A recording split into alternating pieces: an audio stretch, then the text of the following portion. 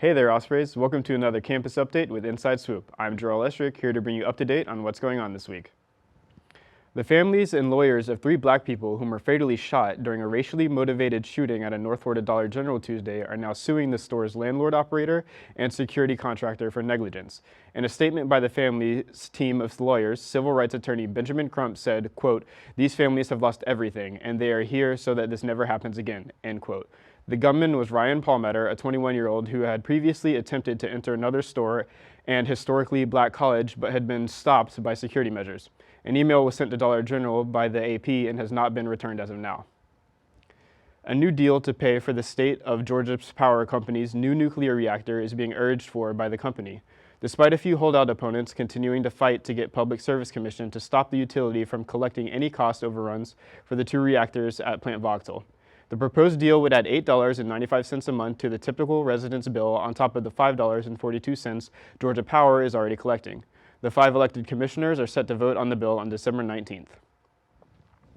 Troubled parents and students alike have turned to online counseling with the lack of available therapists and rampant bullying in schools. Because today's youth is suffering from soaring mental health struggles, schools have been turning to services like telehealth therapy, an online therapy session that is able to reach millions of students at once, according to the Associated Press. Schools have signed contracts worth more than $70 million. Some experts raise concerns about the quality of online care that is given, and sometimes a person-to-person session is more beneficial to the patient's mental health.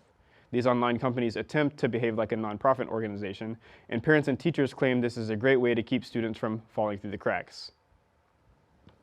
A former DEA informant pleaded guilty this last Tuesday to assassination charges of Haitian President Jovenel Moïse, who was assassinated back in 2021. Former DEA informant Joseph Vincent, a dual Haitian-American citizen, is the 4th person out of 11 to plead guilty. He is facing life in prison based on charges that include conspiracy to kill and kidnap a person and conspiracy to give resources and material support. Close to about 20 Colombian citizens and multiple dual Haitian-American citizens were part of this plan to take out the president of Haiti. At first, they just wanted to kidnap the president, which later turned into wanting to take his life altogether. After reaching a plea agreement, Vincent agreed to work with the investigation. The court hearing only lasted about 20 minutes, and the judge sets Vincent's next hearing for February 9th, 2024. NCAA President Charlie Baker requests that the league make one of the most dramatic shifts in the history of college sports, allowing highly resourced schools to pay their athletes. Baker claims that more than 350 Division I schools will qualify for this incentive, and at least half of their athletes would be paid at least $30,000 per year through a trust fund. Baker also suggests offering unlimited educational benefits and allowing these students to enter into name, image, and likeness licensing deals. Baker feels that the disparity is resources between Divisions I, II, and III, posing a new series of challenges that is difficult to deal with. His goal is to create a new subdivision that allows more well-off schools to compete with each other and level the playing field for lower-tier schools. Manatees are gentle sea animals that have been naturally starving during winter for a while now. Florida discontinued their manatee winter feeding program this week due to improved environmental conditions. Seagrass is the main ingredient that marine mammals and manatees love to chew on. For the past 2 years, Florida's experimental feeding program will no longer be needed because seagrass has started to grow again. This year, the Florida Fish and Wildlife Conservation Commission and U.S. Fish and Wildlife Service have found that seagrass growth is now at an incline, causing fewer manatees to be in poor conditions during the cold season.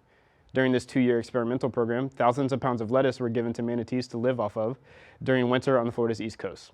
Last year, more than 400,000 pounds of lettuce were fed to manatees near Cocoa, Florida. Millions of dollars are being invested into treating and filtering the water that these manatees reside in so that no harmful nitrates can enter the water. Over time, this investment has finally led to the restoration of seagrass beds. Well, that's another edition of Inside Swoop. Tune in next time for more campus information. I'm Jarrell Lestrick, and thanks for joining me on Inside Swoop.